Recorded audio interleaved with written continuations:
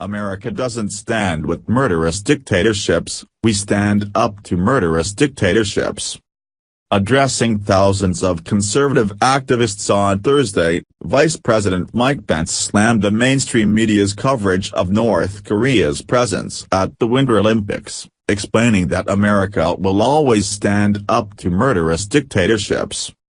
During his speech at the annual Conservative Political Action Conference, Pence took aim at media outlets who providing positive coverage of Kim Yo-jong, the sister of North Korean leader Kim Jong-un. Kim Yo-jong attended the opening ceremonies for the Olympics, which were held in Pyeongchang, South Korea, prompting outlets like CNN, The New York Times and The Washington Post to fawn over her for days. As the joint Korean team was announced, Pence, who was sitting just feet away from Kim in a VIP box, refused to stand. He remained seated for the playing of the North Korean national anthem, according to Time magazine.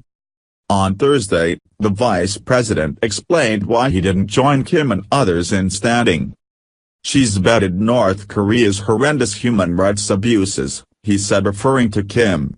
"So for all those in the media who think I should have stood and cheered with the North Koreans, I say, the United States of America doesn't stand with murderous dictatorships, we stand up to murderous dictatorships. And we will keep standing strong until North Korea stops threatening our country, our allies, or until they abandon their nuclear and ballistic missiles once and for all," he added, bringing the crowd to its feet. Pence even went into specific details regarding why he opposes Kim, her brother and everything the tyrannical North Korean regime represents. He called Kim a central pillar of the most tyrannical and oppressive regime on the planet, an evil family clique that brutalizes, subjugates, starves and imprisons its 25 million people, according to Reuters. As the Western Journal reported, in his speech, Pence touched on a wide variety of topics, from the Second Amendment and the economy to his faith in God. He also highlighted the fact that under President Donald Trump, 2017 was the most consequential year in the history of the conservative movement.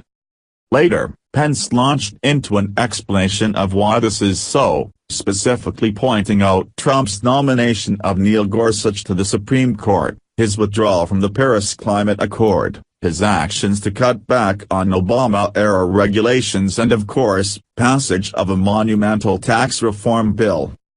"Promises made, promises kept," Pence said, adding that the administration plans to continue down that same path. "President Trump promised to enforce our laws, secure our borders, and today illegal crossings at our southern border have been cut nearly in half, and make no mistake about it, we're going to build that wall," the vice president said.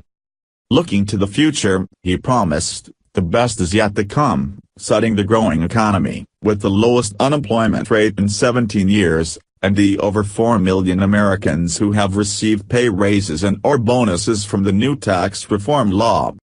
What do you think? Scroll down to comment below.